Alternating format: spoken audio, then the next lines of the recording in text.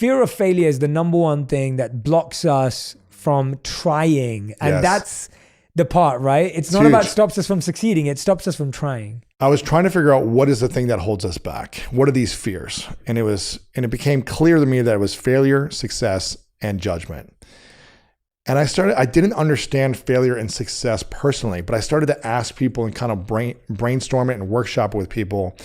Because for me, as an athlete growing up, I was conditioned that failure is a part of success. Wow. Yeah, that makes sense. So if I wanted success and the pathway there is failure, like every day in practice, you fail. You make a mistake. You give the wrong pass. You turn the ball over. You drop the ball. You miss the shot. So I would watch Michael Jordan fail 100 times a game, but still win the game, or whatever it is. It's like miss a ton of shots. And it was never like the worst thing. It was like, I don't want to fail in my sport. I want to be perfect in every play, but I know that this is the path towards success. And it's how I get feedback to get better. So failure was feedback. It was information telling me what I needed to do to improve. So I understand that concept.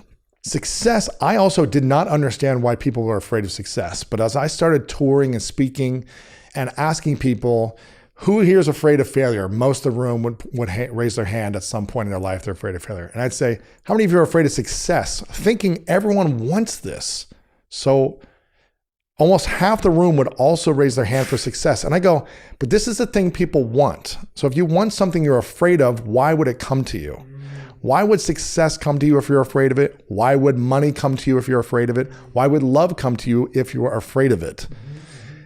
So I never understood that concept. But as I started to talk to people and realize, oh, actually, I get it. Because the weight of gold can be so heavy for so many people. There's actually a documentary called Weight of Gold that is about Olympic gold medalists who go on to commit suicide afterwards, who go on to have extreme depression, mental health challenges, lose friendships, go bankrupt, all this stuff, because the pressure, once you succeed, to stay there, everyone expecting you to be a certain way, everyone expecting you to be perfect all the time, the perfect role model, everyone expecting you now to have money to just give to your friends and family, and not knowing who really cares about you for you versus your success.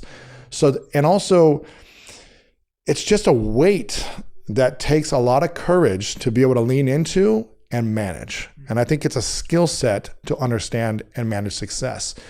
But that's something I always wanted. So I was like, bring it on, I'll take it. The fear for me that has been my kryptonite over the years was judgment and the need for other people to like me, and specifically to matters of the heart and intimacy. And that's why I kept repeating the pattern, because I wasn't afraid to enter a relationship. I wasn't afraid of that. I wasn't afraid of it doing well. I wanted it to do well, but I kept abandoning myself to try to please one person to accept and love me. I was terrified of the judgment, and that crippled me. It was a big, kryptonite in my entire existence until a couple of years ago. And that's the thing. We've got to identify which one of these fears holds us back the most. And again, in the book, I talk about kind of the process of uncovering and unpacking that so that you can have clarity and awareness. You talk about awareness is the key.